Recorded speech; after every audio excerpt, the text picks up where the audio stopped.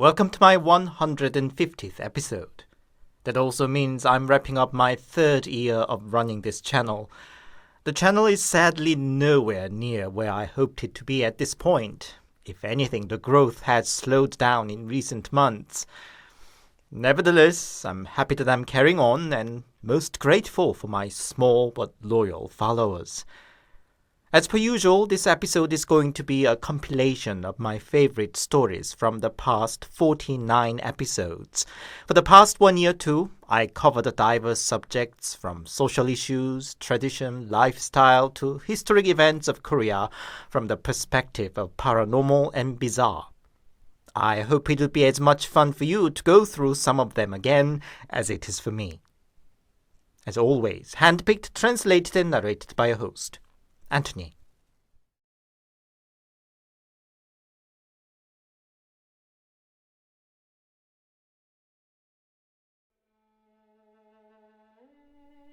I hated it to live in a small town out in nowhere. I wished I could go around the bar and club hopping and have fun at festivals and concerts as Seoul kids do. The only saving grace was there wasn't much pressure at school. Teachers seemed to have little interest in us, as if we were a lost cause already. Well, I don't deny that. I had little interest in school anyway. One day, Junhee, my mate, called that he hooked up some girls for the evening. Where do small-town kids go, though, on such an occasion? There were no trendy bars, let alone a dingy pub. In the end, we gather up at our usual hiding place, a vinyl greenhouse off the beaten path from the village. A pathetic place for a pathetic country boys to smoke and drink. Evening came and I saw Junhee leading 3 to the greenhouse. 2 must be the girls he hooked up, and the third one was... shit. Isn't that Minsu? Fat and slow, he hung around us trying to fit in, but he was our lackey than anything else. I welcomed the girls and grumbled to Junhee. Why the heck did you tag the fatty along? Sorry, man.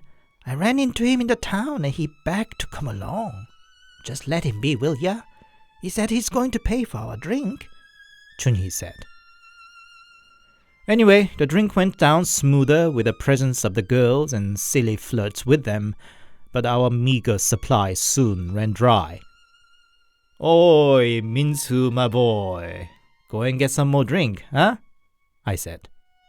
Me alone? In the dark? Can't you come along? Minsu said. Our big fatty boy is scared of dark. Cut off your balls, bitch. Okay. I go. You will wait till I'm back, won't you? Why? Are you afraid? Shut up and go already. We laughed at Minsu waddling down the country road. But Minsu didn't come back. 10, 20, 30 minutes later. The nearest corner shop was just 10 minutes away. Well, the worthless scum couldn't even run a simple errand. An idea popped out from my twisted mind. Hey, what about a prank? Let's lock here up and pretend we left him alone. Yeah, he may piss his pants, Junhee agreed. A few minutes later, we heard a jingle of glass bottles approaching.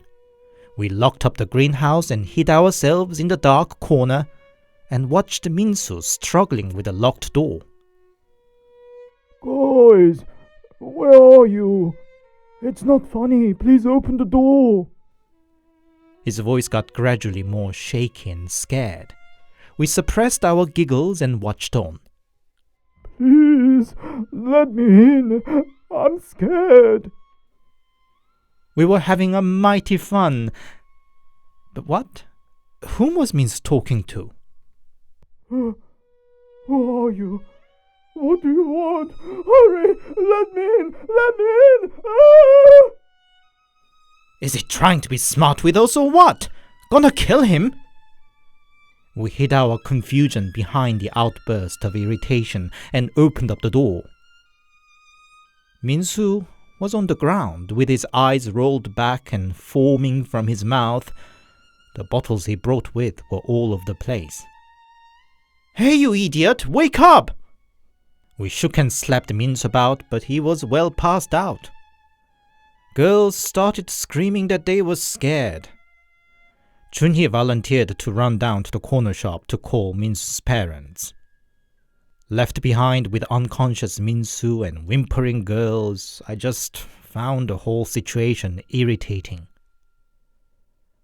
Soon Junhee was back to inform that Minsu's parents were on the way.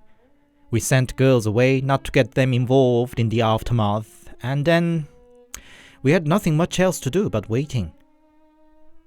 "Hey, you rats!" a middle-aged woman yelled as she walked towards us. Her eyes were glaring. We just said, we were sorry, it was just a joke, didn't mean a harm, we were so sorry, and so on. The woman waited till we finished our excuses and sharply growled at us. "You little scumbags, sneaking in here at night for God knows what! Get out of my sight, I'll kill you if I find you around here again!" We just bowed and scraped to her and quickly ran away. For a brief moment I wondered how she alone was going to carry big fat Minsu, and looked back, but I could not make out much other than the hazy outlines of figures in the dark, of the woman dragging Minsu away by his hair. Surely was the darkness playing a trick to my vision? I just shook my head and hurried our way back to the village. Before we went our separate ways, Junhee said, "Hey man, I feel dirty." "What are you talking about?" I said. "I called Minsu's parents, you know, and I think I didn't tell them where we were." We called Minsu's parents again, and met with his father's angry shouts. "You idiots! Where the heck are you? You didn't tell me where you are!" Minsu was gone missing that night. His body was found 3 months later, deep in the mountain.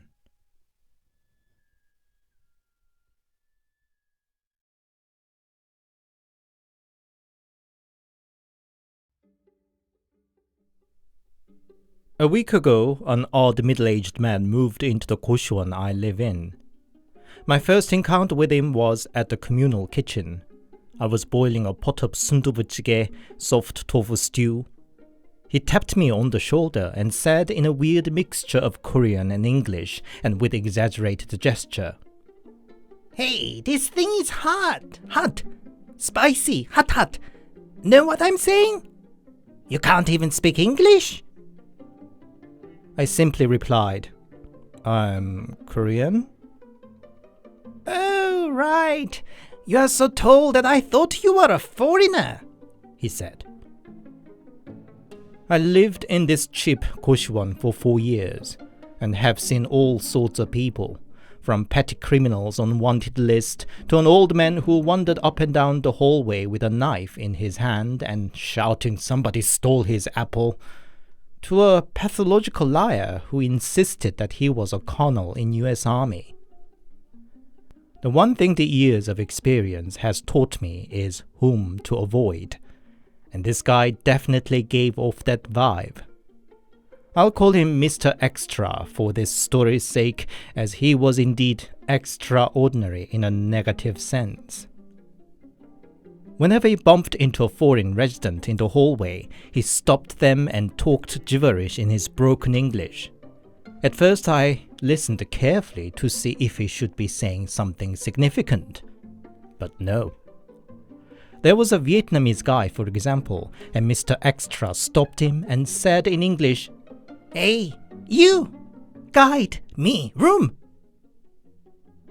Poor Vietnamese guy was confused whatever he meant, and Mr. Extra said in Korean in belittling tone, "Gosh, you don't speak Korean, you don't speak English.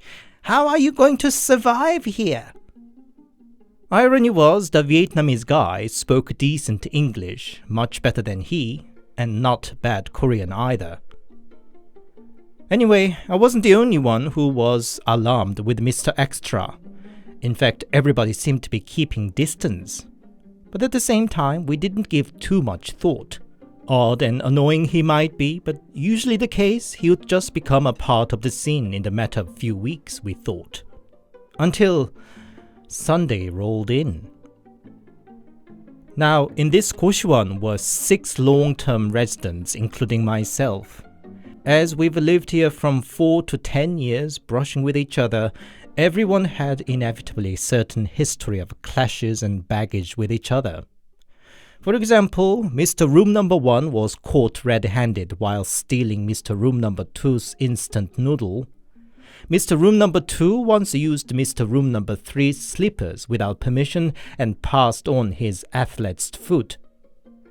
Mr. Room Number 3 was once punched in the face by Mr. Room Number 4 because he complained that he didn't close the toilet door properly. And as for Mr. Room Number 4, he would occasionally got drunk and slept naked in the hallway for everybody to see. I can't say I played an innocent role in this history of complex and petty interactions, and didn't get on that well with some of them as a result. But as usual, the rise of a common enemy can create a bond between former enemies, and just in a matter of 3 days, Mr. Extra made that miracle. On that first Sunday morning, Mr. Extra broke the peace of Mr. Room Number 1 by bursting into his room. Didn't know you are in. Sorry, said Mr. Extra, but contrary to his repeated sorry in English, he took his time to look around Room Number 1. Ratty, get out! Mr. Room Number 1 shouted impatiently, and Mr. Extra hit it back. I said sorry, didn't I? You don't know sorry? It's English. Mr. Room Number 1 was usually quiet, keep himself to himself type of guy, and I rarely saw him shouting so loudly. I expected a little entertainment and came out to the hallway feigning to have a smoke and had a little peep on the drama unfolding. But I quickly realized it was a mistake when I saw Mr. Extra's eyes behind his purple sunglasses were directing to me. A drama is an entertainment when watched from afar, but not anymore when it gets too close. I quickly turned around to head up to the rooftop. The unwritten rule in Gosiwon is minding one's own business. Everybody's life there was tight and tough, and people usually avoided bothering each other. But well, footstep following me behind to the rooftop meant Mr. Extra didn't know or care for that rule. Can I have a cigarette too, please? Mr. Extra said. It was pretty polite request for Mr. Extra. To make it clear that I wasn't into chatting with him, I handed him a cigarette without a word. Lighter? Was Mr. Extra's response. Despite of all my hint that I didn't want to talk with him, he started explaining why he intruded Room Number 1. Earlier he saw Mr. Room Number 1 making kimchi stew with nothing more than water and kimchi, and felt pity for him. All he wanted was to share a bag of bean sprouts with him and wasn't expecting Mr. Room Number 1 to react so aggressively. Come to think of it, Mr. Room Number 1, a day laborer, seemed to get not much work past few months. Perhaps Mr. Extra wasn't that bad a guy after all? Well, that evening, Mr. Extra was caught red-handed while stealing Mr. Room Number 1's kimchi stew. Now, the communal kitchen in a Gosiwon is one place that clearly demonstrates the Wild West nature of its ecosystem. For the lowly lives gathered in Gosiwon, food was the bare necessity and only luxury. Fights, cheats, steals, and arguments over it was common and easily went out of hand. If the kitchen on my floor was somehow kept in order despite of it all, it was thanks to Mr. Room Number 2. He took it upon himself to play the role of the guardian of the kitchen. He made sure a pot full of rice ready for everybody every morning, kept an eye on the content of the communal fridge, and cleaned the kitchen at the end of the day.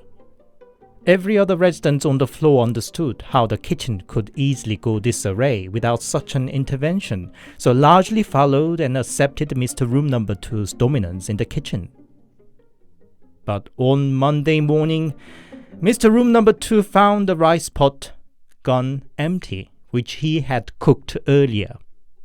He had to go to work with an empty stomach.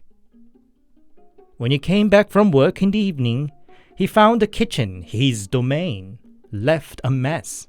The gas stove was stained with coagulated egg, a hot greasy pan had burnt onto the table, dirty dishes and cutlery and bits of kimchi and side dishes were scattered all around. Mr. Room Number 2 was first shocked with the state of the kitchen, but more shocked when he realized those eggs, kimchi, and other side dishes were from his stash of food. He quickly checked them through, and indeed, most of them were gone. He went straight to confront Mr. Extra. Wasn't he caught stealing Mr. Room Number 1's stew just the day before after all? Oi! It's you, isn't it? Give me back my food! Open up! Judging by Mr. Extra's extra fancy brown shoes left on the hallway, he must be in. But there was no response. Totally pissed out, Mr. Room Number 2 kept banging and swearing at the door for good 10 minutes. In the Gosiwon building with thin walls, everybody heard the noise, and finally the manager came up.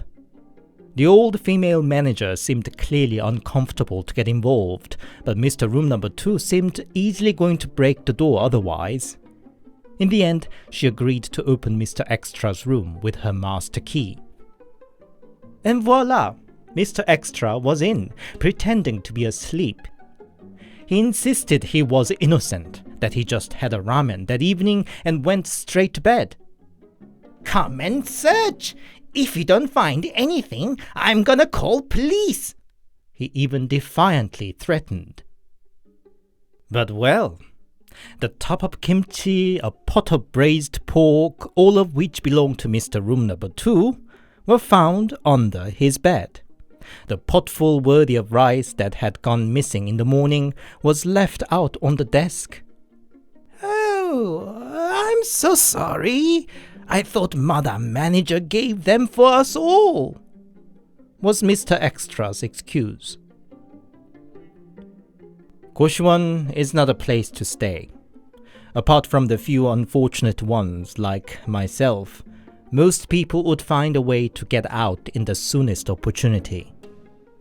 Our Mr. Extra found his way too, just as unexpected and extra way as himself. So in the span of the first few days, Mr. Extra had won notoriety among residents. People gossiped about him in the kitchen, on the rooftop, and in the washing room, and Mr. Room Number 1 and 2 were especially passionate to raise the awareness. Mr. Extra himself must have sensed the mood, and he didn't come out of his room all day long. But the quiet day didn't last long.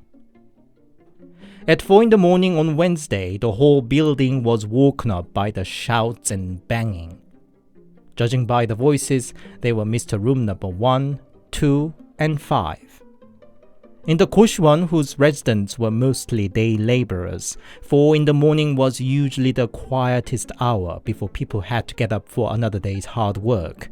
It was a rare event that it got so noisy at this hour of the day, apart from that one time when they had to force a young man out who had been evicted earlier for failing to pay, but sneaked back and locked himself in.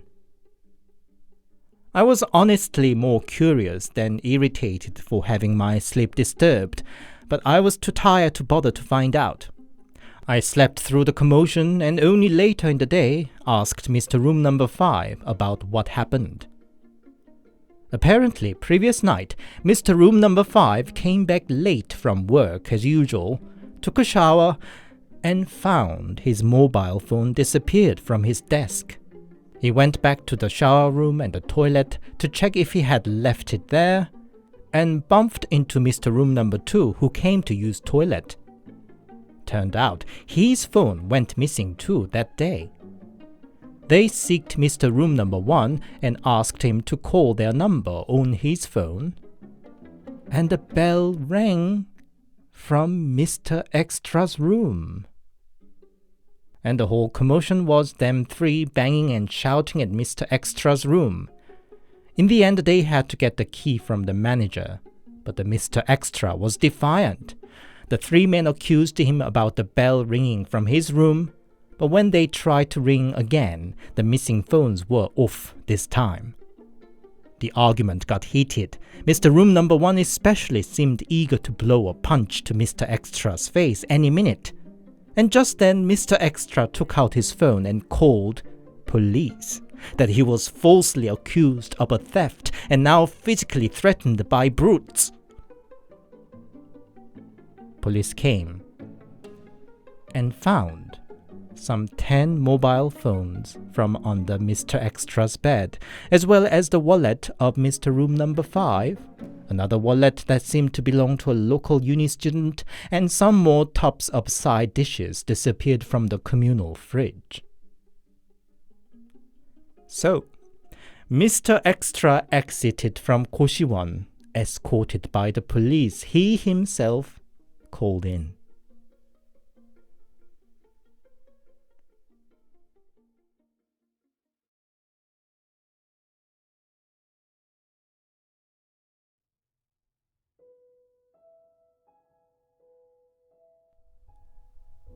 A friend told me this story after several bottles between us.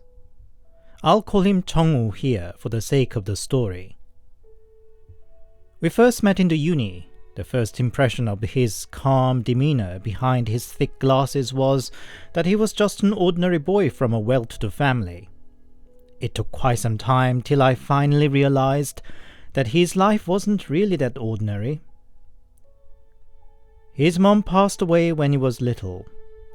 He was told it was an unfortunate accident, but he later overheard adults talking among themselves that she made a last call to ask to take care of Chong-woo, that she suffered depression, and it all started with his dad's infidelity.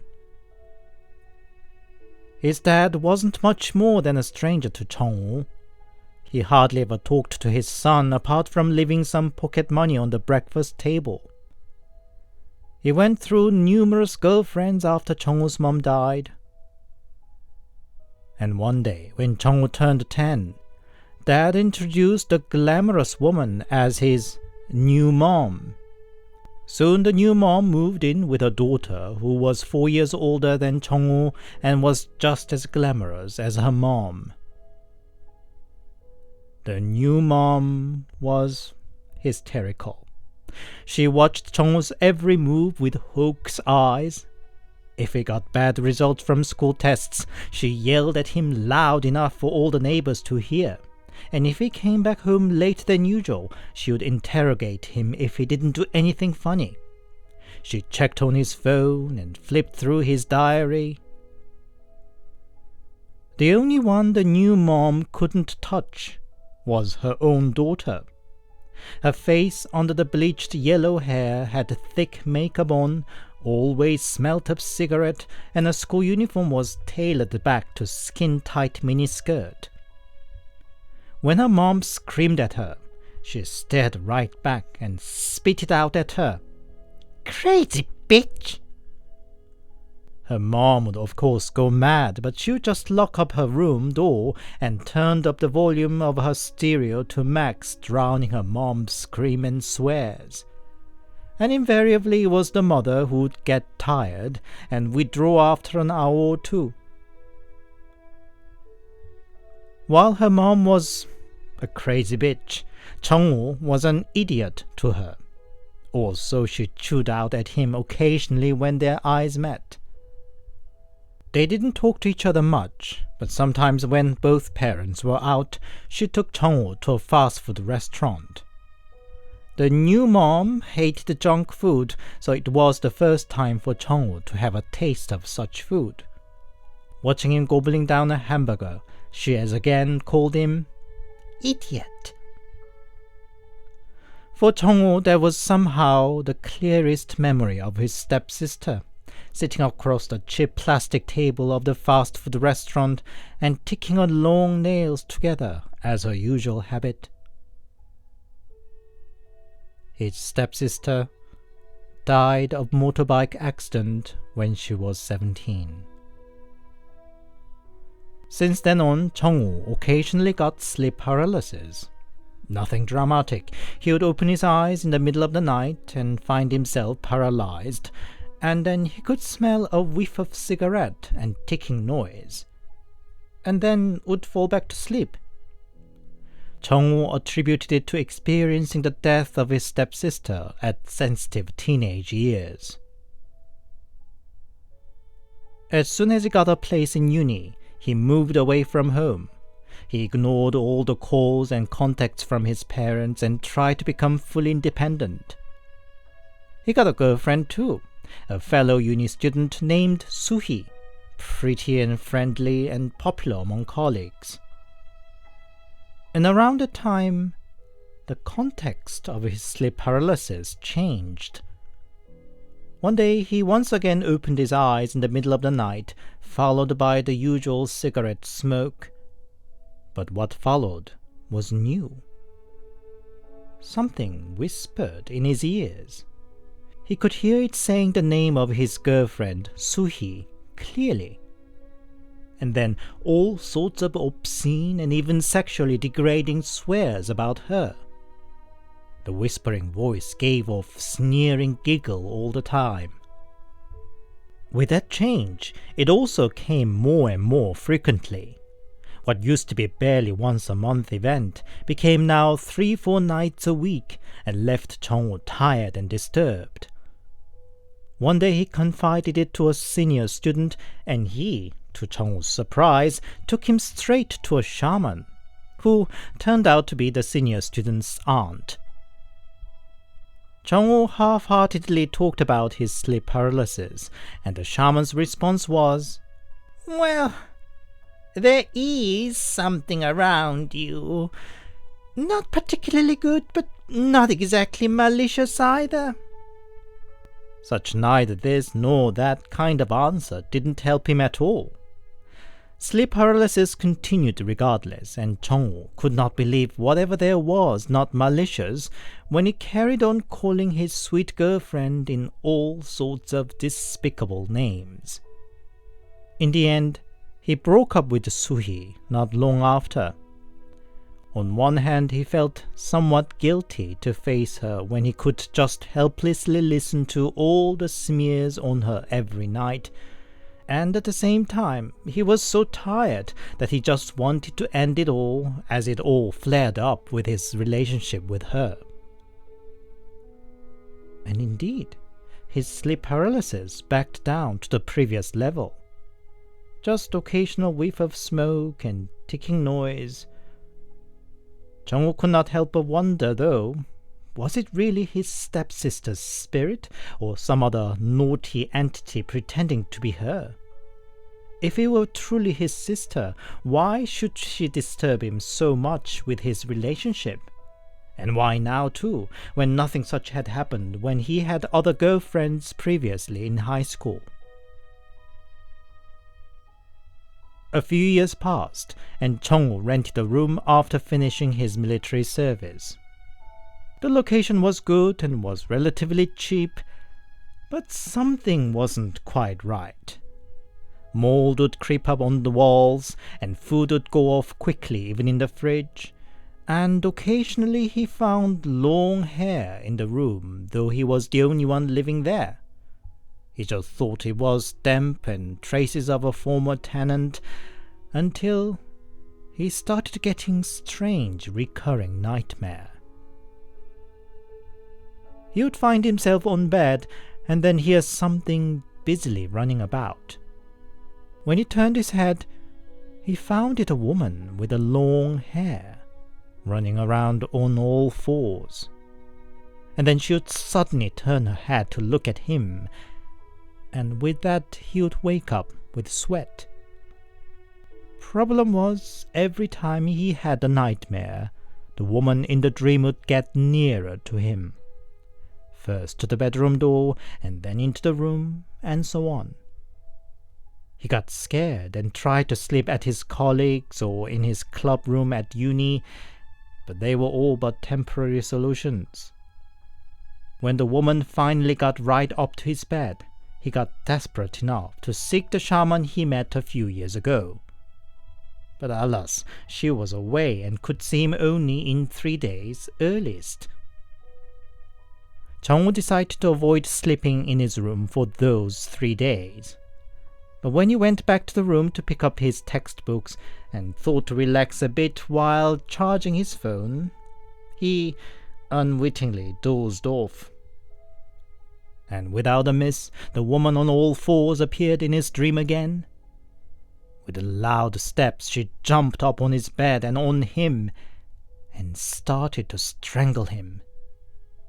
He could finally see her face clearly, blue-skinned like a corpse, and yet her eyes were all bloodshot red, and her mouth was smiling ear to ear. Is that it? Am I going to die? Jung-woo thought. When suddenly, the woman was pulled backwards and off the bed.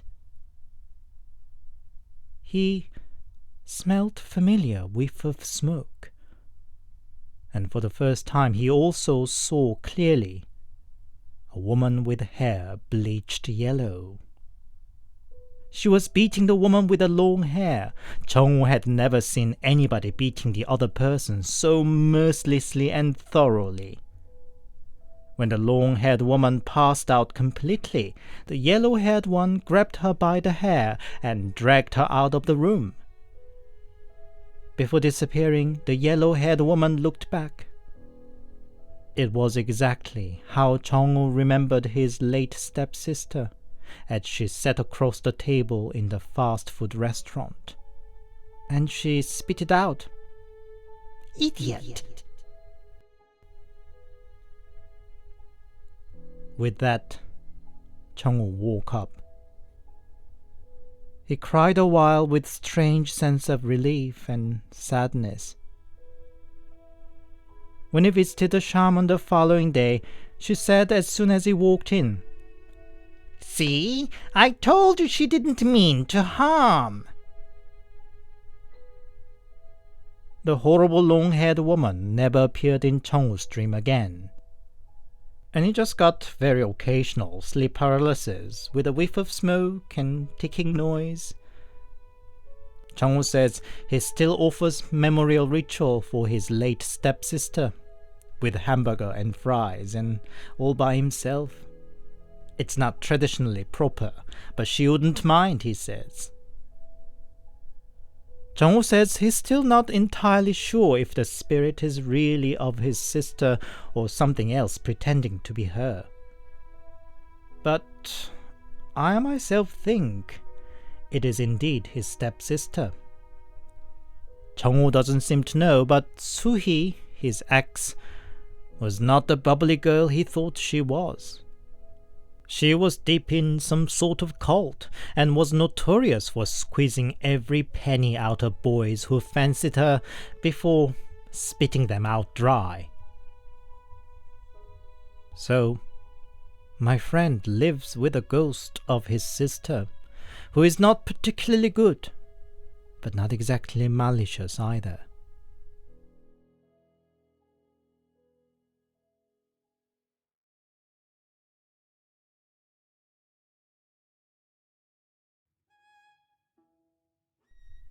Last year, after finishing the military service, I spent a few lazy months home, starting the day in front of my computer, then TV by the evening, and then finished the day back on computer gaming. One such careless day, I got a bad hangover from heavy drinking the previous night, and just stayed in bed, when I heard footsteps My home was in a commercial building.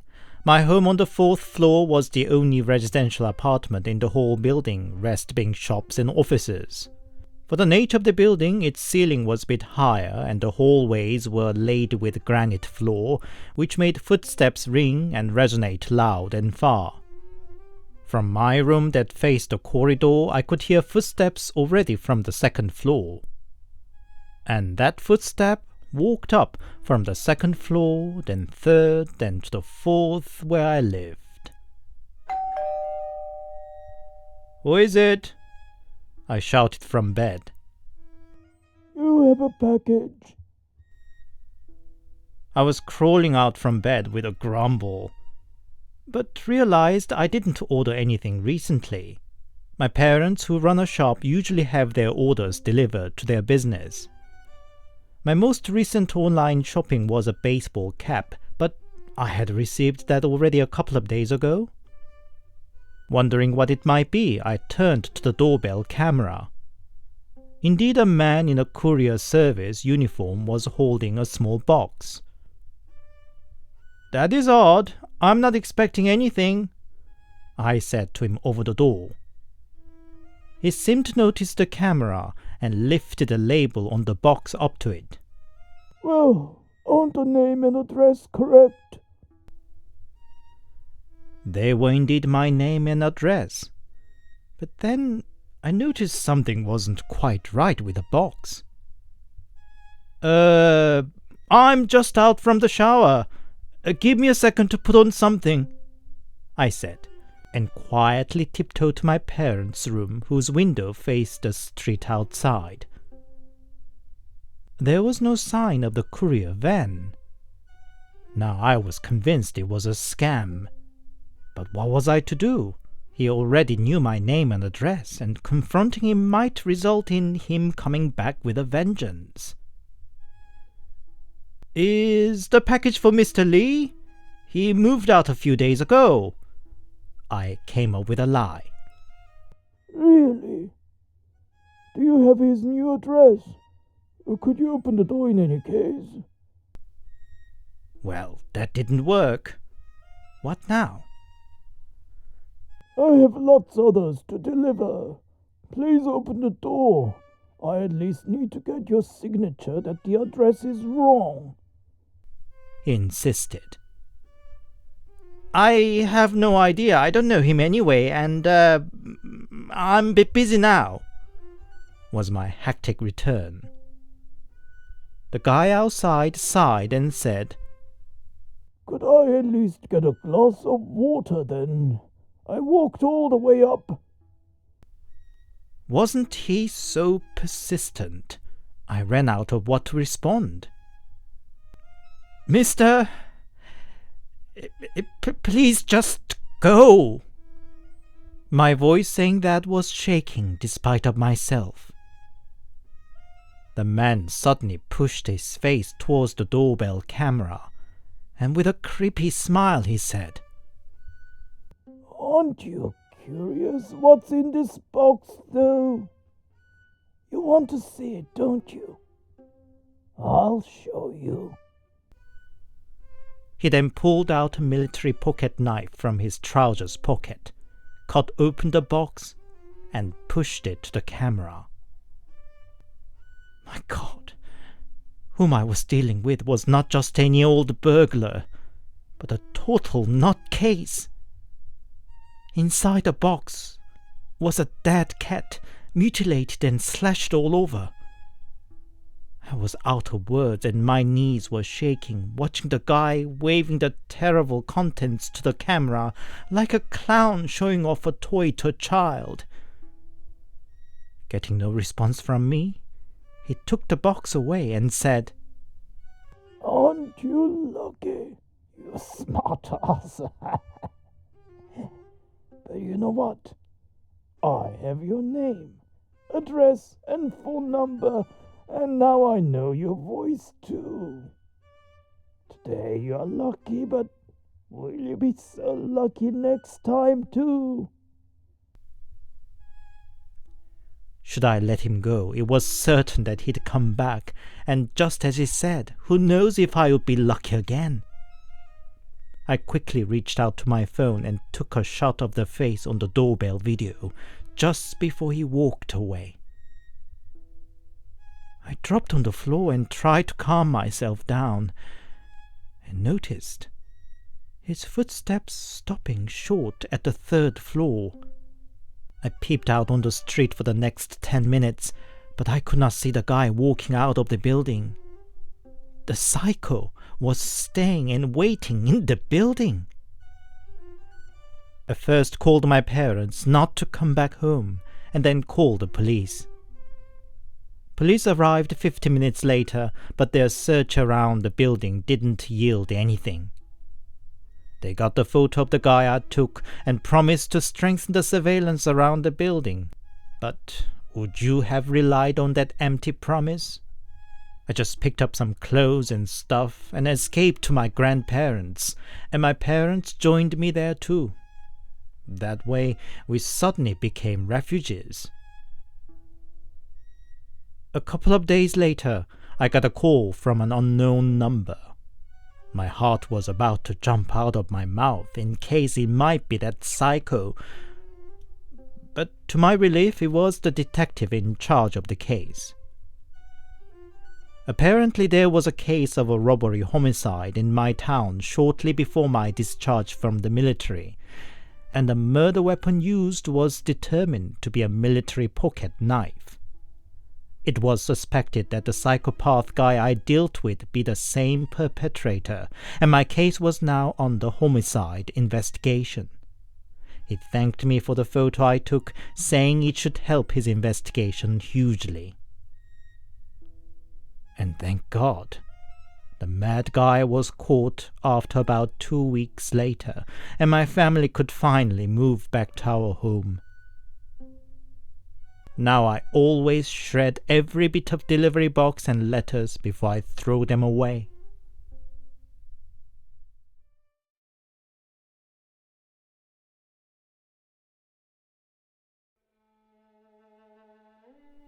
It's a story a cram school teacher told us.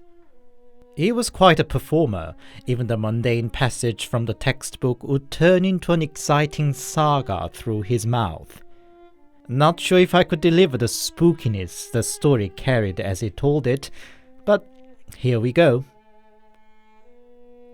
Once he made a plan to go hiking in Mount Chiri with a friend, but the friend called it off at the last minute. Teacher was pissed because it was the peak season of autumn color in the mountain, so he decided to go anyway by himself. In his brand new hiking backpack he bought for the occasion, he didn't forget to pack some bottles of soju. Apparently it is so particular to drink in the mountain. The beautiful view around elevates the cheap bitter soju taste like sweet nectar, or so he explained. He was no newbie in the mountain hiking, so he light-heartedly reached the spot he aimed for. He sat there in the mild autumn sun, sipping soju and enjoying himself, and dozed off. When he got up, the sky was already turning purple. He hurried his way down, but night set in quickly and suddenly. To make the matter worse, his haste made him slip and roll down a slope. Thank God his expensive outdoor jacket and boots kept him from major injury, but he was proper lost away from the trail and in the darkness. He wandered around with a flash on his phone, but soon the battery ran out. In the end, rather than exhausting himself out, he decided to spend the night there. He found a little flat plot and scraped up leaves and branches to make a fire. Ever an easygoing character, he actually started enjoying himself and opened another bottle of soju. A few hours into the night, he heard a noise behind a bush, and a young guy, probably in his 30s, appeared in his yellow Adidas outdoor jacket. He said he lost his way too and came over seeing the fire from afar. Two strangers in the same boat quickly broke the ice and shared soju and snacks and light-heartedly chatted away. Well, my damn friend stood me up, so I came anyway, Teacher said. All by yourself? What a brave man, the man said. You'd laugh at me should he learn how I fell on the way down. But aren't you by yourself anyway? No, I came with my girlfriend.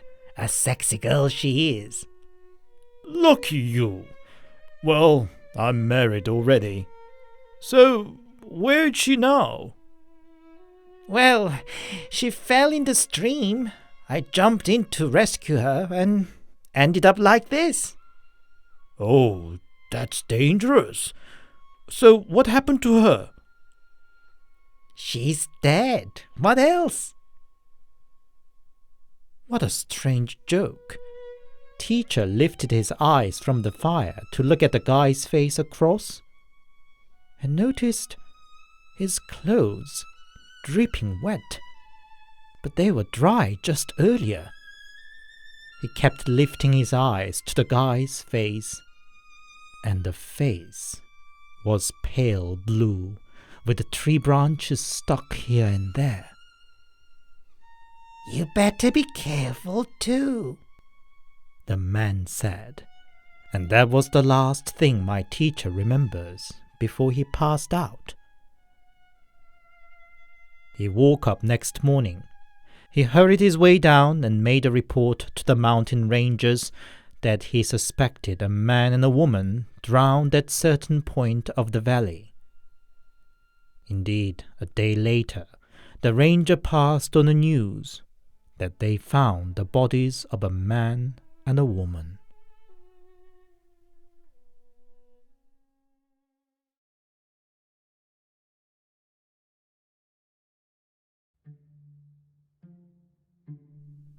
For a time I was mad about going fishing in the sea. In the olden days, when the marine life was rich around the coast, one could just draw the fishing rod from the breakwater and could still score a beautiful sea bream. But now anglers have to go further and further out to the sea. Current fashion is to take a boat to a rocky reef or small unmanned island to fish there. With the fishing industry in decline, some captains with small boats would make it a firm side business to commute anglers out to such spots. It's actually a very dangerous activity. Some reefs have a steep cliff 10-12 meters straight to the sea, while others could go completely underwater at high tide. In such a case, anglers are literally betting their life on the punctuality of the captain. And yet, some hardcore anglers would go out to such a reef or island with a tent and just fish on for days, all alone in the middle of the sea, apart from his captain bringing the regular supplies. This is of course illegal due to its obvious risk, but it's still an open secret between anglers and captains because, after all, police can't possibly patrol around all the reefs and islands dotted around. Anyway, one October day, I went out to Wido for fishing. I made a stop at the local fishing shop, basically the assembly point of anglers and captains, and heard somebody moaning at the back room of the shop. I asked the shop owner about it, at which his face turned dark instantly. He simply said it was Mr. Kim. I knew him too. A man in his 50s, he was notorious as a hardcore angler who would live out in the sea for weeks on end. We did drink together on a couple of occasions too. I stopped by the back room to see what happened to him. He wasn't himself, with his eyes sunk deep in the shadow. I first thought he must have been drinking too much, which was obvious judging by the smell of alcohol filled in the room. But why was he shivering and moaning then? I didn't get any response from him, so I asked the shop owner again. Apparently, Mr. Kim had been in that state for a week. He came by 2 weeks ago to stay put in one of his favorite islands to fish. But then, when his captain stopped by a week later to hand over the regular supplies, Mr. Kim wasn't himself already. He jumped on the boat, leaving all his beloved fishing rods, equipment, and tent behind. And since then, he wouldn't come out of the room, just emptying bottles all day long.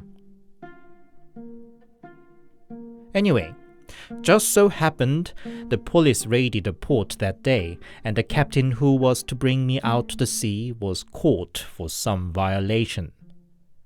After some drama and scenes of arguments about refunds and ruined day, only I and another middle-aged angler were left in the shop. I had no reason to hurry back home anyway, so suggested to have a drink together instead. And when we opened the bottle, Mr. Kim sneaked in, joining us. He seemed a bit more lucid now, and I could finally hear what he experienced on the island. The island he went to was a golden spot, and indeed he fished up quite a few big ones.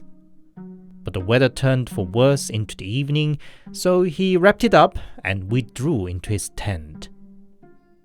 It was still early in the evening, and the moon hadn't even risen yet. And in that dusk, he heard weird noises below the cliff.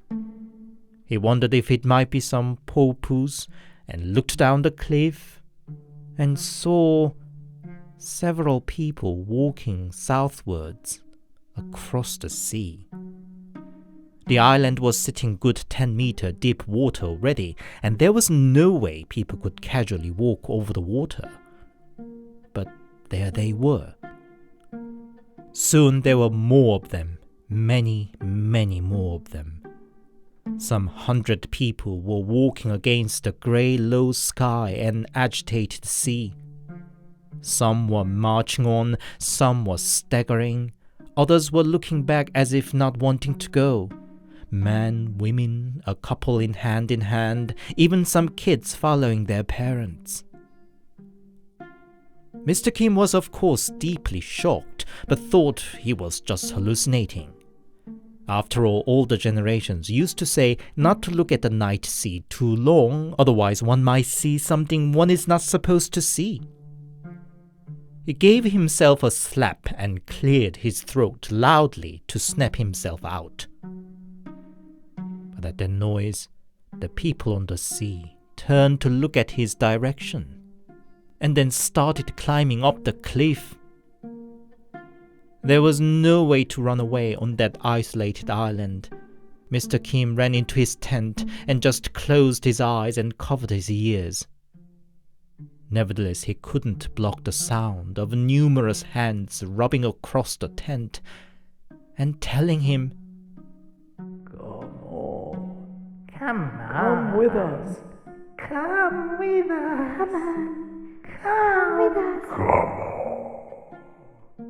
Join us. Come with us. join us.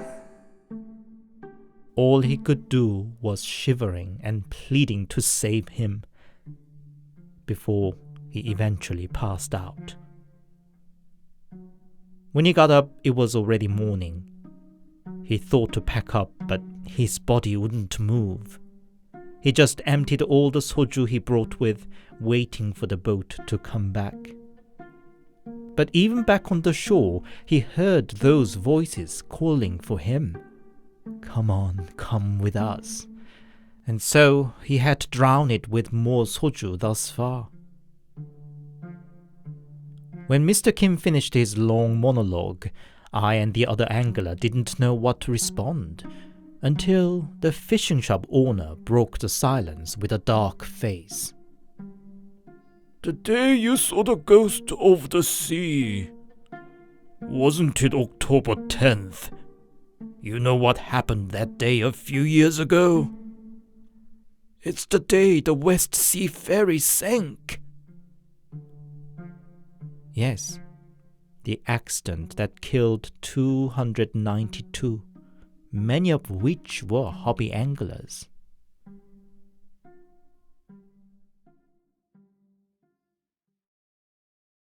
Following story includes the description of animal abuse. Viewer discretion is advised.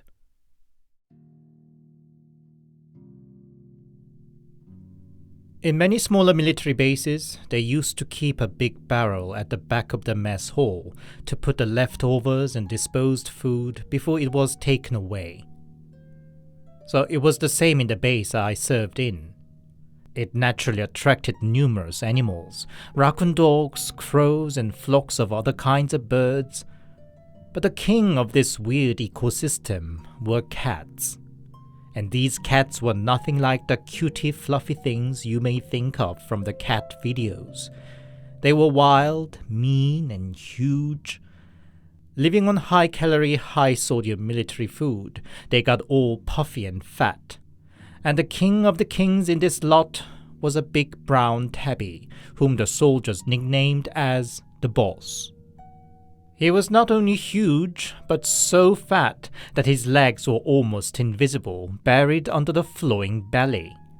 Imagine a big furry legless creature crawling down the hill like a snake whenever there was a new barrel full of food.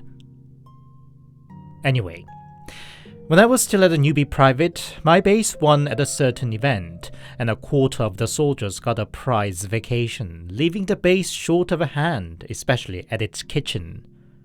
And I was called into the kitchen as a backup hand. The most senior soldier in the kitchen, Sergeant Che, was notorious for his bad temper. I hear he actually started his service as an artilleryman, but was kicked out to the kitchen for continued mistakes and failing in his task. Fortunately, he could cook, and established himself comfortably there. Indeed, so comfortable that he became a bully. Nothing but a private, I tried my best not to go against his famous temper. While I was sweating, jumping around the unfamiliar tasks, the sergeant was flipping through the newspapers, not giving a flip to my struggle. But when I was controlling the fire at the stove, Sergeant Che came over to me. I froze, fearing if I did something wrong, but he just stepped past me and reached inside a smoke duct above the stove. "Are you looking for something, Sergeant?" I asked. Mind your own business, motherfucker, was his reply. What he took out was a chunk of meat. He had created a chunk of a ham using the smoke from the duct. The meat he stole from the ration meant for all the soldiers. And not just one. I later found out there were good 20 or so chunks hidden in the duct. He nonchalantly sliced a piece from his ham and spit it between munching. Don't even think to touch them. I mark how much I've eaten. Next day, the exhausting routine at the kitchen began again from the crack of dawn. Sergeant Che lazily yawned and said to me, Oi, I feel like some fried rice. Whip it up with the egg and my ham. On top of preparing breakfast for hundreds of soldiers, a special order of fresh fried rice for a shitty sergeant. F my life. Mumbling in my mind, I fired up the stove. When something fell on it. It was Sergeant Che's ham, with bite marks all over. Something clearly had gnawed at it. Che's eyes got wide. He pushed me aside and pushed his arm through the smoke duct. He screamed and pulled out his hand. A bloody scratch ran over his hand. Soon something big fell from the duct. It was the boss, the king of the cats. While Che screamed and shouted swears, the boss dodged his kicks and ran out. But Che wasn't giving up. He grabbed the shovel and followed out. We were all quietly laughing to get an unexpected spectacle from the early morning, a dumpy, nasty sergeant chasing after a big fat cat. But to our surprise, Che managed to hit the boss with his shovel. The screech of the cat rang around the base. Che dragged still wiggling cat back to the kitchen. "Is the discarded oil can still full?" he said between hard panting. Yes, it's to be emptied later." "Fired it up." We didn't want to believe what he had in his mind. But an order is an order. Soon the old cooking oil was bubbling up. "You fucking kid thought you can fuck me, eh? You are fucked today." He lifted up the bleeding boss, and to all the others' shock and horror, threw him in the boiling oil can. The most horrible scream of the poor cat would be forever etched in my memory. It sounded like that of a mother who was forced to witness her child's death. The cat finally got silent about 20 seconds later, and the rest were disgusting smell of the animal frying and silence from a group of traumatized soldiers. "What are you watching on, bitches? Clean it out and crack on with the breakfast," Che growled. Night came, but the horrible day was not yet over for me. I was woken up by Che. The orderly officer wanted some midnight snack. Che, being the best cook in the kitchen, was the officer's favorite for such a task, and he picked me up of all people as his assistant. As we were unlocking the kitchen door, I heard a strange noise. It sounded like a half baby's crying and a half scream of a dying woman. It naturally creeped me out. "What's that noise, Sergeant?" I said. Just cats. They must be shaking each other," Che said, sniggering, and opened up the kitchen door. In the pitch dark inside were eyes. Hundreds of flashing eyes. I almost dropped on the ground and Che screamed. I managed to turn on the light, and there were cats. Dozens and dozens of cats gathered around the old oil can in which the boss was fried alive earlier. Cats didn't give a flip about me, but they all turned to look at Sergeant Che, all of them, in total silence. And then they scattered away into the darkness outside. Che was bedridden for 3 days for an unidentified ailment.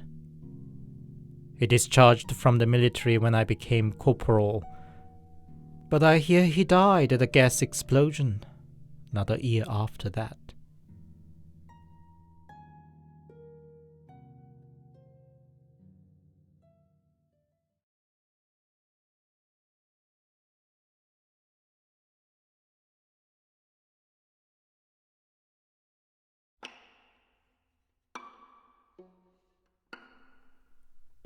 I had this wild yet intricate dream.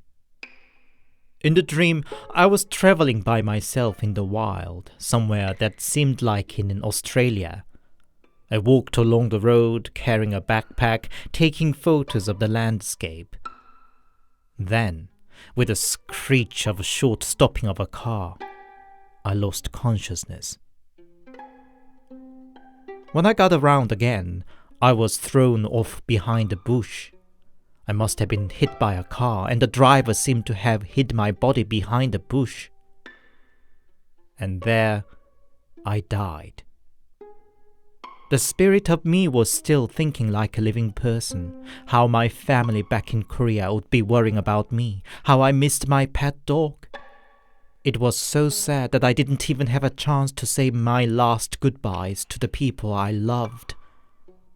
I stood by the motorway, hoping some passerby might see me and retrieve my body and send it back to my family. A month passed, but most didn't even seem to be able to see that I was there. Few who did see me seemed to get terrified and drove away like mad. As desperate as I was, I didn't want to pursue them too hard. I think I instinctively knew that I would be passing a certain point of no return should I harm a living person for my own purpose. Then a man in his 20s saw me. Unlike others, he seemed to be too shocked to speed away, but almost stopped short. I thought this was my chance, so hopped on the back seat of his car. He was absolutely terrified and chanted all the way, "That can't be true. I'm just hallucinating. It's not there. It's not there." But I just sat there till he got his home. At his place, I kept myself low as not to terrify him further, and just appeared when he went to bed. I pinned him down, I guess he must have experienced it as a sleep paralysis, and told him who I was, where my body was, and that I wanted to go back to Korea. I repeated time after time, both in Korean and English. But shit, he didn't understand what I said. He just cried pathetically with terror. So, I stopped the night terror method. Nevertheless, he still was my only hope. All he needed to do was find my body out and send it to Korea, and then I would leave him alone. With that singular hope, I hung around him for a good half a year. Even he got used to my presence because I didn't do any particular harm. And in that time, I learned the guy was a total loser and a walking mishap, constantly running into little accidents and mistakes. So, unwittingly, I started playing his guardian angel, saving him from all those accidents. He gradually got confident and successful, and seemed to trust me more and more, but not as a wholesome entity, but more like his own lucky charm. In any case, the more he trusted me, the more my power of influence grew. By then I could move things as I liked, like a poltergeist. 5 years passed, and the guy now had a good job, got married, and led a happy life, while I was getting more and more frustrated. I hoped, since I helped him out so much, he would play some Ouija board, seek a medium or whatever to try to communicate with me. But no, not at all. I was just a dubious but essential lucky charm for his own good. One night, out of frustration, I was mumbling to myself next to him, sleeping. He seemed to finally have picked up, "I want to go home." And after all these years, asked me for the first time, "Where's your home?" Oh my, that excitement I felt! Or so I should have felt that moment. But after years as a ghost, all the human emotions have already dried up in me.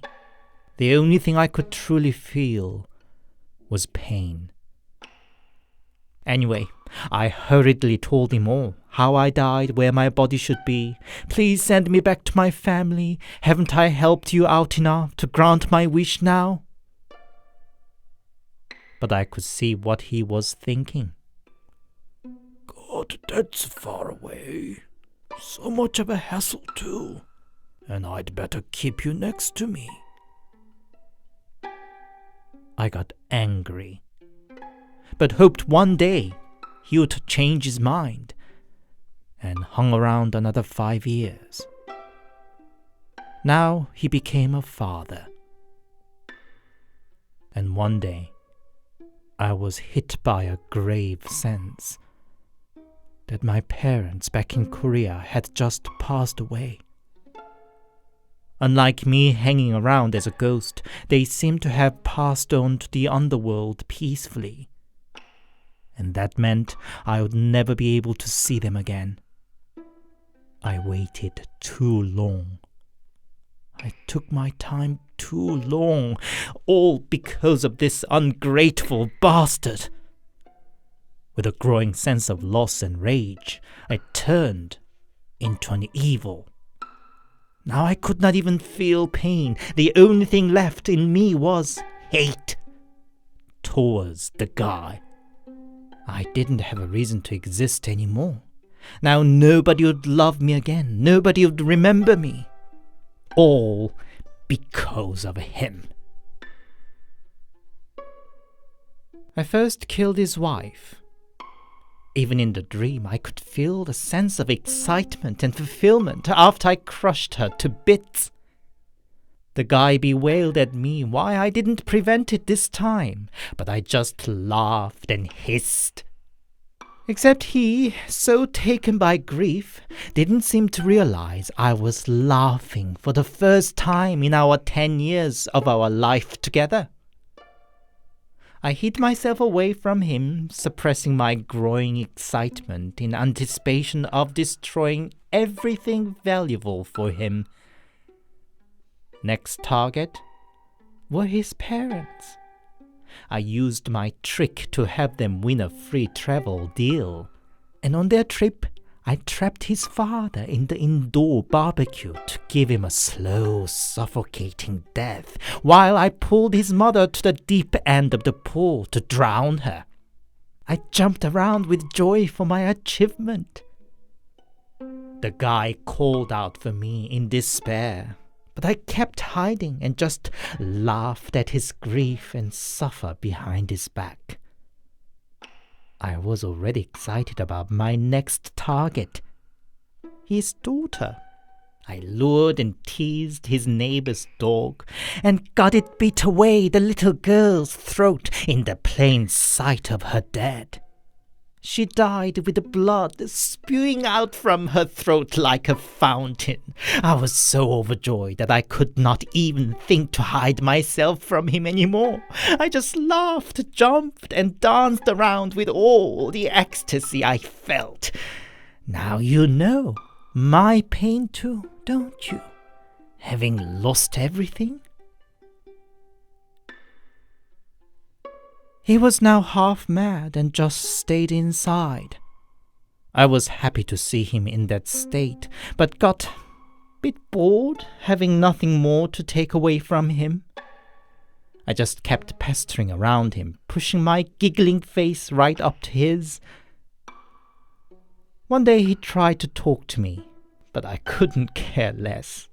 I just kept whispering, "It's all your fault, it's all your fault," and danced around him. In the end, he seemed to decide something. He took a rope and a chair and hung himself. I just thought it all came to the justful end and danced around, at one point even on all fours, not being able to contain my excitement. When his body stopped struggling and gone limp, suddenly all emotions washed away from me. The deep realization came upon me was, now I would be left here just like this, all alone and with no purpose, forevermore. I pushed my face right up to the guy's face one last time, and looked into his now hazy and lifeless eyes. And then I woke up. I'm quite stirred by this dream.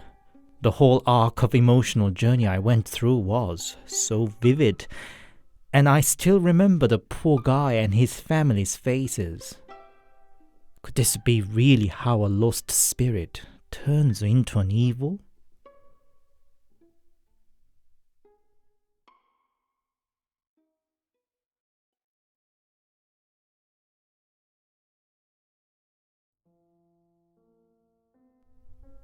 It's a story a school teacher told us during the class.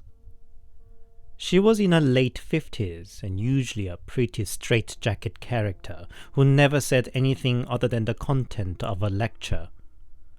But that eerie, dark, rainy day with low thunder rumbling from afar, the whole class nagged her to tell them a scary story. Normally she would have just scolded us and carried on with her usual routine, but she seemed in a different mood that day herself. "So, you want a scary story?" she said, and told us the following story. From when she was little, on New Year's Day, her father would offer a little ritual of a sort by himself after the family memorial ritual. It would have been already in itself weird, but even weirder was he would have various pairs of shoes on the table along with the food offerings. He took them to a small room and performed the ritual all by himself. One day my teacher got so curious and peeped in through the door, only to get caught and severely reprimanded. Since then, she didn't even dare to get close to the small room when her dad performed his annual ritual, let alone ask him what the ritual was for. Years passed, and she became a uni student. Family gathered around dinner table for another New Year's Day, and now an adult herself, my teacher finally asked straight what the ritual was for. Her dad emptied his glass of rice wine and opened his mouth. Her dad fought in Korean War. He was on the front when the South Korean troop and allies pushed northwards until they were nearly crushed by the waves of Chinese troops. He lost almost all of his brothers in arms, and only 11 of his group managed to escape. It was bitterly cold, and they were desperately short of supply.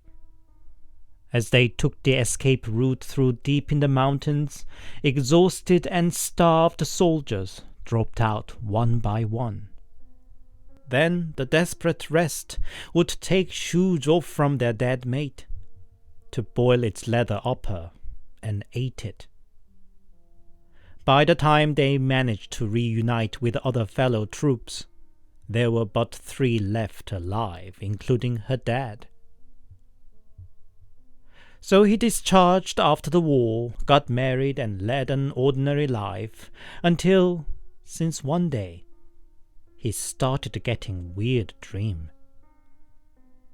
7 mates who died during the retreat appeared and cried in the dream, all of them barefooted. Dad shed tears for the guilt of the survivor. He held on to them, asking them to come with him, that he'd at least offer them a warm meal. But the barefooted soldiers replied, "We are dead and should pass on. But we can't because we don't have shoes on." Dad woke up crying. And since then, he started offering his weird memorial ritual with the shoes for his fallen mates. "I want you to carry on offering the ritual for them, even after I'm gone. Could you do that for me? For them?" said her dad, concluding his story. Again, years passed, and at his deathbed, her dad smiled, looking around his children, and said, "I think you don't need to after all. I saw my old mates again in my dream. Now they are all wearing shoes." The day after, he passed away peacefully.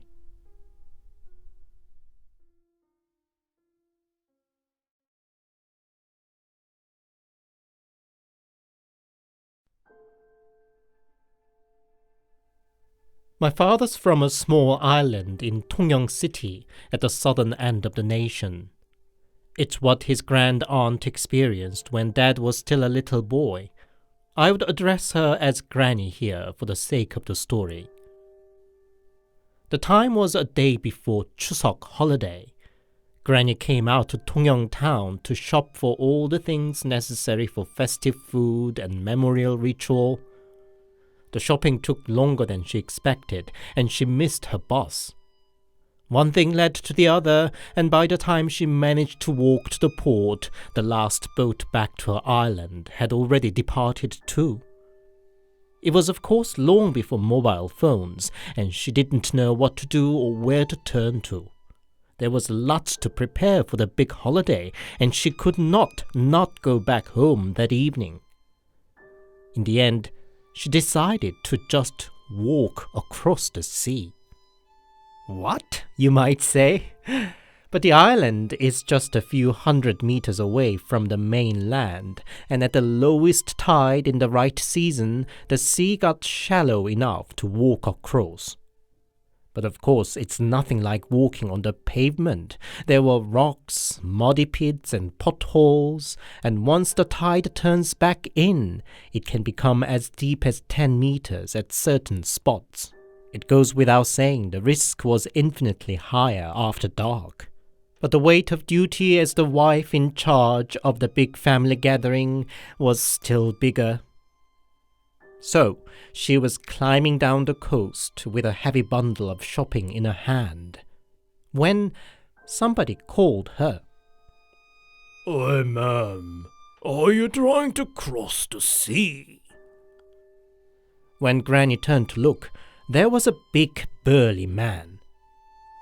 "Well, it's Chuseok tomorrow, you know. I missed the boat while shopping, but I must be back home if I'm to prepare everything for tomorrow," Granny said. "Okay. Well, then let me carry you across on my back," the man said, and indeed carried Granny on his broad back.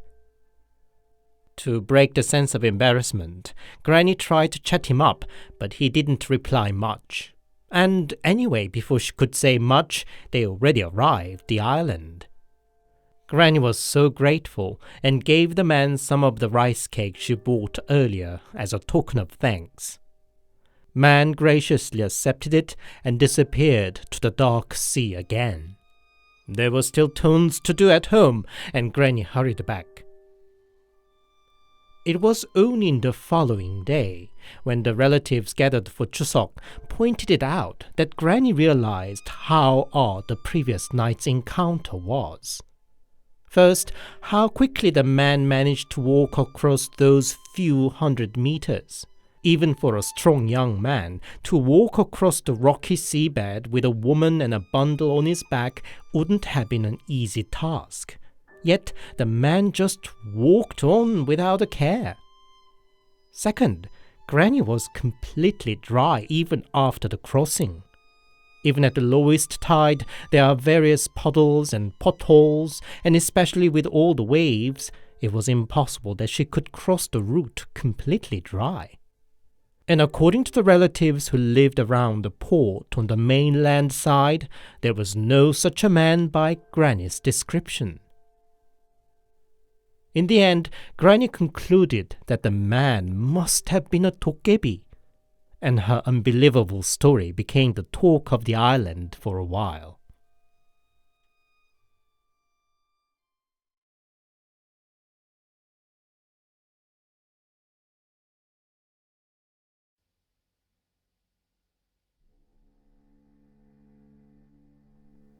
My dad was a passionate hobby angler. One weekend when I was 3, he as usual headed off to a shore for a night fishing. Mom put me to bed and she herself went to bed, but she woke up in the middle of the night with a strange sense of foreboding. Time was passing 4 in the morning. From my parents' bedroom window, one could see the front door to the house, and she saw my dad standing there. Mom was surprised. She expected him back later in the morning. And why was he just standing there? Not to wake her and his son? In any case, she hurried to the front door to let him in. She took a second to check herself in the mirror in the hallway and found her hair all standing on ends. She was shocked, but quickly brushed them down and opened the front door. Dad wasn't there. Even before she could close the door, the telephone rang. It was one of Dad's fishing buddies, telling that my dad went missing and she should come down to the shore.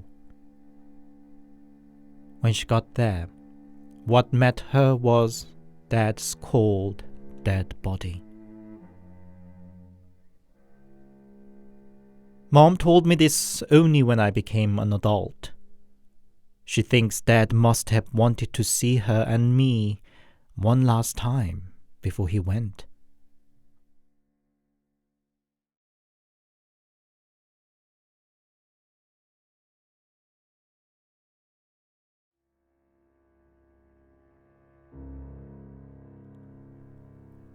It's a story my friend heard from a senior soldier in the military.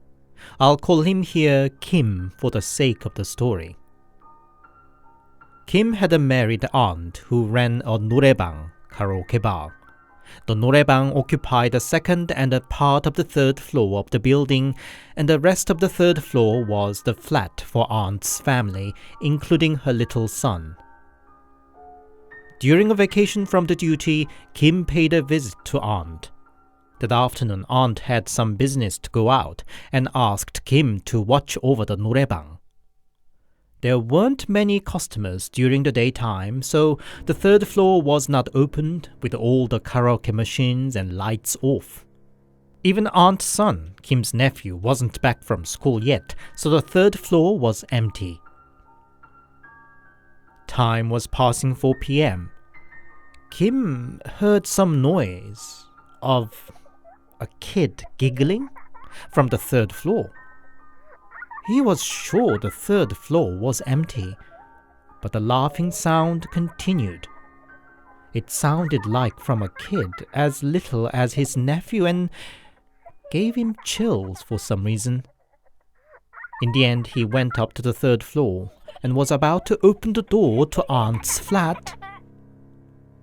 The giggle stopped.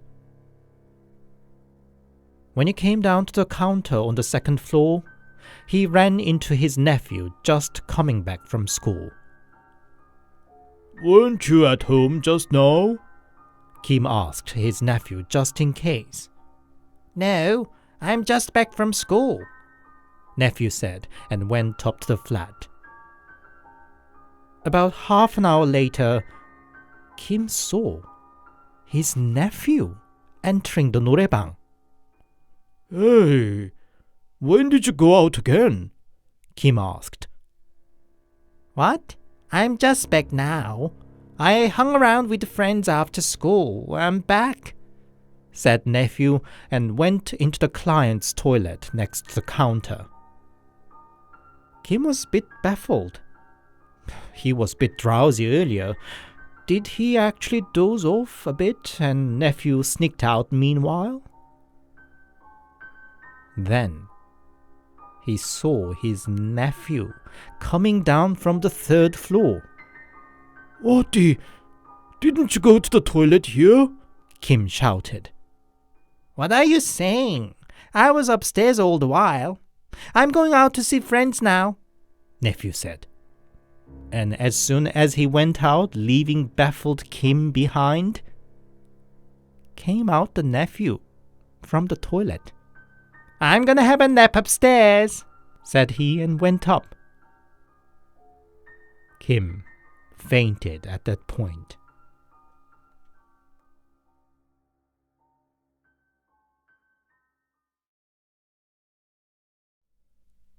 Deux was a male duo group that first brought the hip-hop style to popularity in Korea. They debuted in 1993 and had a successful career, producing 3 albums in 2 years. But it was cut short tragically when one of the members, Kim Sung-jae, was found dead. The cause of death was by the injection of animal tranquilizer, but his then-girlfriend, who was tried for the murder, was later set free for not enough proof. Kim Sung-jae's untimely death remains a mystery. The other half of the group, Lee Hyun-do, continued a musical career as a solo singer. This is what Lee Hyun-do later recounted on a TV show. When Kim Sung-jae was still alive, he one day talked to Lee Hyun-do about the dream he had.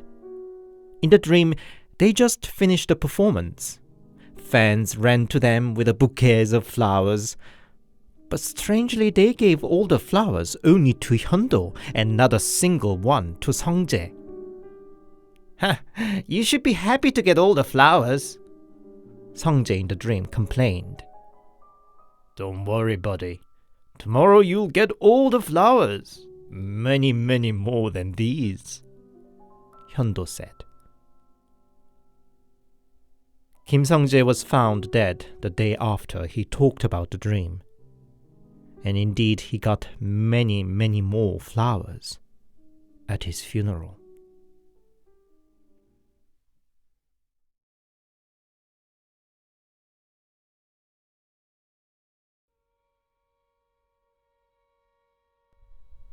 The year was 1987. Summer that year was particularly hot. I call myself of those years a dog. I was barely 20 then, and was experiencing a late teenage angst. No amount of excess alcohol, delinquency, physical and verbal violence, and promiscuous sex could calm down my thirst and rebel without cause. That summer too, I felt suffocated, that if I stayed home I would literally die. So I headed down south with just a backpack on my back, with no plan or destination. After a couple of weeks wandering down to Busan, I heard some of my mates got a summer job in Jeju Island and decided to join them. The first impression of the island was grey after the early evening shower, but I felt there I could finally breathe again. Jeju Island at the time was still raw and beautiful without the swarms of tourists. I think I spent my first week there drinking day and night. A young man from Seoul seemed to be enough to trigger interest from the local ladies, and I was entertained enough just with some bottles and girls. But soon all the money in the pocket ran out, and I joined the other mates' work. It was basically a manual labor, installing various structures or art installations. Work was hard, but I had nothing to complain other than I had to wake up early. The hours weren't too long, pay was decent for a young man with no experience, and because it was an outdoor work, we often got on unexpected breaks and day offs when it got rainy or stormy, which there were many on the southern island. Then came July. We were once again idling for 3 days because of typhoon. A piece of news was going around the village that the son of the village leader went missing. His motorbike was found on the bank of the local reservoir, and people feared if he was drowned there. When the initial search didn't yield anything, they decided to drain the reservoir. The search resumed when the water level went down to knee-deep, but there still wasn't any sign. People sighed of relief. The missing young man was known for his rather erratic behavior, and it was assumed maybe he went off to the mainland on a whim. 4 or 5 days passed without an update. We got another unexpected day off because of rain, and one mate called us out that they were doing a shamanic ritual by the reservoir, that we might be able to get some free food and drinks there. We were all bored and agreed to catch the spectacle. Village people are kind. Well, I write kind and read nosy. They explain the situation down to details to us strange bystanders too.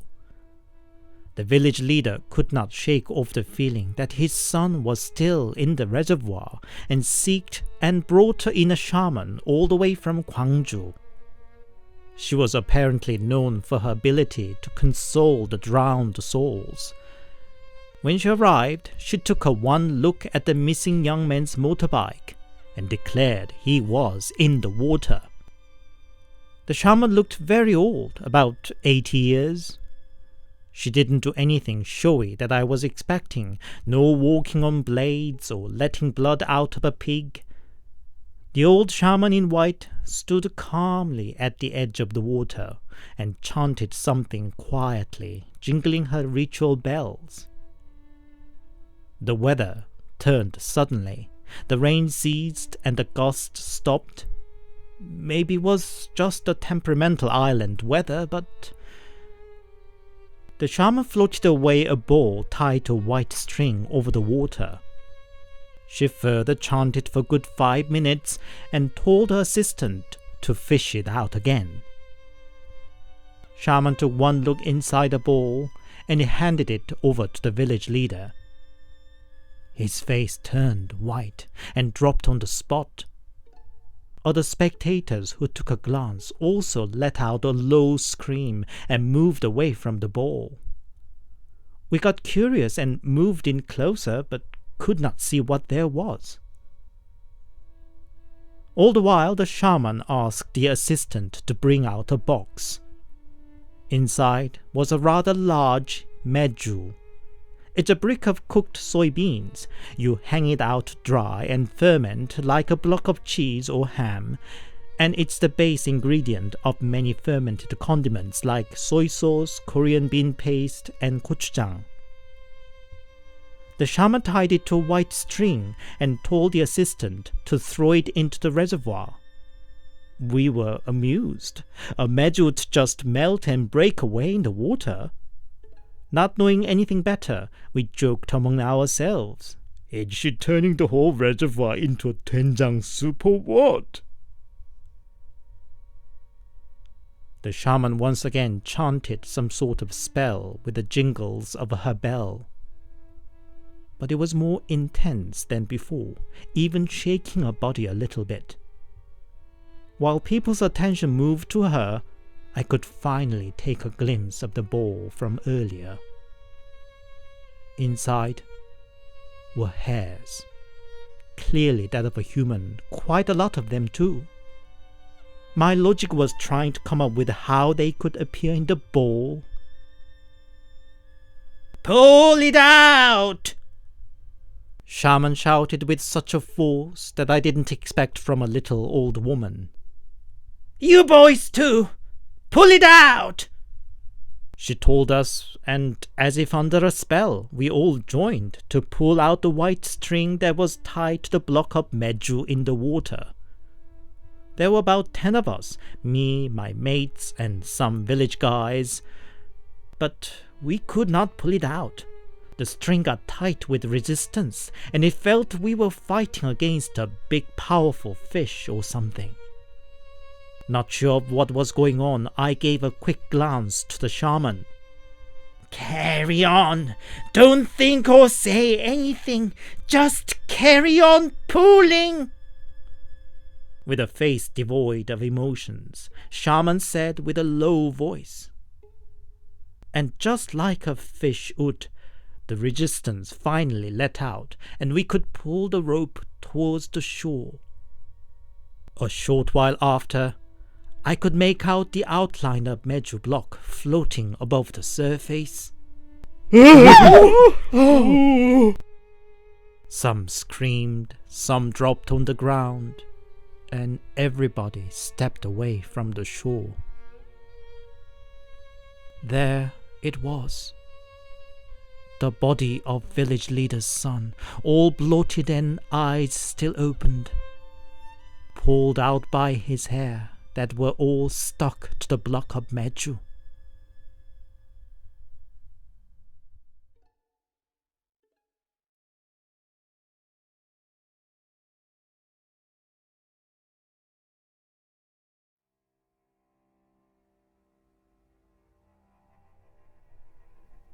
It's a story a friend told me. Last summer, he went on a holiday trip with some friends. All of them being big city boys, they enjoyed the rare occasion to be out in the nature. For the last night, they took a room in a small village. They wanted to have a big last night of drinks and pork belly barbecue, but in that small village, one had to walk a good 1 hour to get to the shop in the nearest town. Unfortunately, my friend took the wrong pick from the drawer and was assigned to go to shopping for the party. An hour later, he was on his way back with a backpack full of bottles and pork. The only way was the dirt road across the rice field, and he noticed something bustling among the tall rice grass ahead of him. The wavering indicated whatever was approaching him, and before he could react, something dark popped out from the rice field. It was a weasel. The smell of raw meat might have attracted it, but it quickly ran away again, seeing my friend. My friend sighed of relief, but he speeded up nevertheless. What else might get lured by the smell of meat? Strangely enough, he could not shake off the feeling that something was following him. He looked all the way around, but he didn't see anybody. Yet as soon as it started moving, the sense came back, and it got closer and closer, until he heard from behind the sound of licking or smacking mouth. My friend was frozen on the spot. Another smacking. He took a deep breath and looked back. But there wasn't anything but the dusk setting on rice field. Yet another smack. He turned around sharply, but there still wasn't anything. What could this be? What was it kept licking? His thought then reached a pack of pork in his backpack. He took it out, and under the clear cling film, he found almost all of the meat had gone pale grey. Another smacking. And with that, my friend saw yet another chunk of meat going grey in front of his eyes. What was going on? What was he to do? Then he heard. Still hungry? Well, there's still a live one left yet. My friend dropped everything and ran back to the lodging. Upon arrival, he loudly yelled that he saw a ghost or ghosts. But of course, his mates didn't take him seriously and only taunted him for not bringing the supply for the party. My friend got pissed and scared and declared he was going back home, if must all by himself. But the old landlord of the lodging stopped him. You might die if you go now. Wait till the dawn breaks, he said. According to him, in the old days, it was a common taboo not to carry around fresh meat at night, because its fresh blood could unwittingly attract wandering spirits. Wandering souls are always hungry of blood, but most of them are not powerful enough to actually hunt or kill a living animal or a person. The best they could get is what is left on already dead meat. The meager taste of it would only remind them of their unfulfilled hunger and drive them to target the person who's carrying the meat. Ghosts may not kill the person firsthand, but they could haze and lure the person to a cliff or such. to a bloody death. So my friend stayed put with his complaining friends and could safely come back home the following day.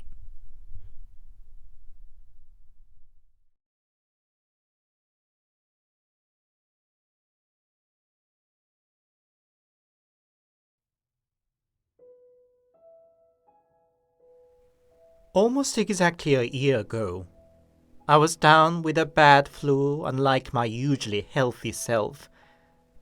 In the second day of achy body and delirium, I was limp in bed all alone in my dorm room. Anybody who was in the similar shoes would understand that it feels pretty sad to be sick and alone with nobody to care for me. I could not even get up to fetch something to eat or drink. I just constantly went in and out of sleep. And then I got a dream. There was my friend, Mudang, the bestie throughout my high school years, and who killed herself 2 years prior. Yet I don't think I thought it odd, because she looked not like her teenage self, but more mature, as if she didn't die and grew up older with me. We reunited just like in the old days, going around the town arm in arm, chatting and laughing like the world was our oyster. I think I hadn't been so happy in recent years. Time flies when one is having fun, and it was already getting dark. "Why don't you come to my place?" Mudang said. "Really? But your dad hates it when you bring a friend home," I said. "Don't worry, now I have my own place." "Wow, okay, why not?" I was so happy to see her again, and just came along with her. We were on the familiar route back, but it felt oddly uncanny. Was it because of the dusk? Both the way and my friend herself looked suddenly unfamiliar. Then suddenly somebody snatched my arm. It was my mom's old friend Kyungja, whom I called Auntie. "What are you doing here? Don't you know your mom's waiting? Go back home now!" she shouted. She usually treated me gently, and I had never seen her so upset. Well, okay, my friend didn't really have that good reputation among neighbors. Nevertheless, she was my dear friend. I shouted back, "I just want to be with my friend. I'm not a child anymore. Leave us alone." I would have never spoken back in that manner in real life. I'm rather shy and would never go against my parents or senior members. But in that dream, I was full on temper. Auntie Kyungja now turned to my friend. "You naughty girl! What are you trying to do? Leave her alone and go away!" "Why are you bullying my friend? What had she done wrong?" I shouted. "Knock it off and go back to your mom, or else!" Auntie Kyungja hit back. It all felt so rote and unfair, and I just loudly bursted into tears. When it was the ringing of my phone that woke me up. "Hello?" "Hello, are you alright?" It was Mom. Mom, I'm ill. Probably a flu. It's pretty bad." "Poor thing. Shall I come over?" "Nah, you are hours away. I'll be fine, don't worry." After the call, I finally gathered enough energy to get up and put a bowl of instant porridge in the microwave. While sitting on the sofa waiting for it to be done, I suddenly realized something. Auntie Kyungja passed away 9 years ago. I called Mom back. "Mom, why did you call me earlier? Did you know I'm unwell? It's just, Kyungja, my old friend. She appeared in my dream and urged me to give you a call. Mom said. Auntie Kyungja? What did she say? That you are in danger and I should call you immediately. Maybe she knew you are very ill. I could not explain to Mom what happened in my dream, that my friend was trying to take me away. It all could have been just coincidences, but isn't it so uncanny that how my and Mom's dream came in such a close timing? And before that day and never after have I seen Auntie Kyungja in a dream again. Mijong, my dead friend, still occasionally appears in my dream, except she would not come up to me again. She would just stare at me from a distance and disappear again.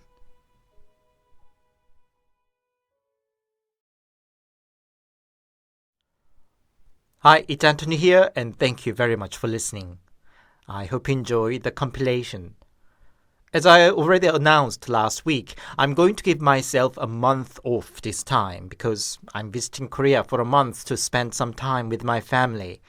I may make some community posts as how and what I do in Korea, but there will be no usual episodes.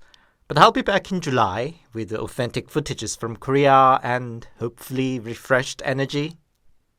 Until then, you all stay safe and take care.